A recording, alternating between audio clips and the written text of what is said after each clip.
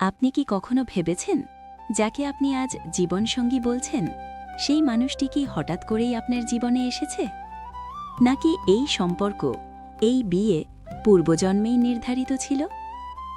যদি সবকিছু আগেই লেখা থাকে, তাহলে ভালোবাসা, সিদ্ধান্ত, অপেক্ষা এসবের মানে কি?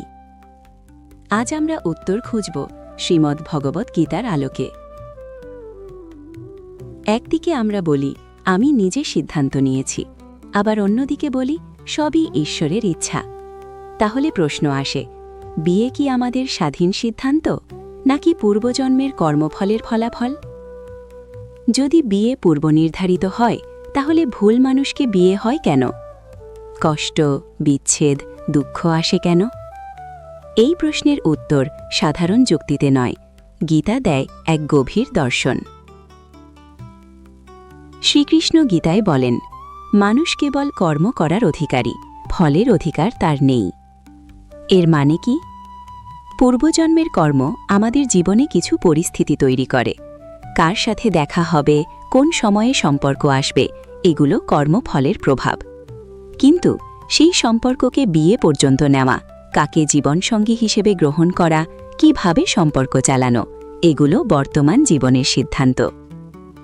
গীতা কি বোঝায়? বিয়ে সম্পূর্ণ পূর্বনির্ধারিত নয়, আবার সম্পূর্ণ কাকতালীয়ও নয়। পূর্বজন্মের কর্ম সুযোগ তৈরি করে, বর্তমান জীবনের বুদ্ধি ও কর্ম সিদ্ধান্ত নির্ধারণ করে। গীতা কখনো বলেনি ভুল করলেও কিছু করার নেই, বরং গীতা বলে সচেতন সিদ্ধান্তই ভবিষ্যৎ কর্মফল গড়ে তোলে। তাহলে গীতার মতে বিয়ে সম্পর্কে কি শিখি? যাকে বিয়ে করেছি সে শুধু ভাগ্য নয়, আমাদের কর্মের ফল ও সিদ্ধান্তের মিল। যদি দাম্পত্যে কষ্ট আসে, সেটা ঈশ্বরের শাস্তি নয়, বরং শেখার সুযোগ। সম্পর্ক ভালো করতে চাইলে অভিযোগ নয়, কর্তব্যে মনোযোগ দিতে হবে। ভবিষ্যৎ ভালো বিয়ে চাইলে আজকের চিন্তা, আচরণ ও সিদ্ধান্ত বদলাতে হবে। কারণ গীতা বলে আজকের কর্মই আগামীকালের ভাগ্য। আপনার বিয়ে, সম্পর্ক বা জীবনের সিদ্ধান্ত নিয়ে যদি কখনো প্রশ্ন জাগে, গীতা তার উত্তর দেয় ভয় দিয়ে নয়, বোধ দিয়ে।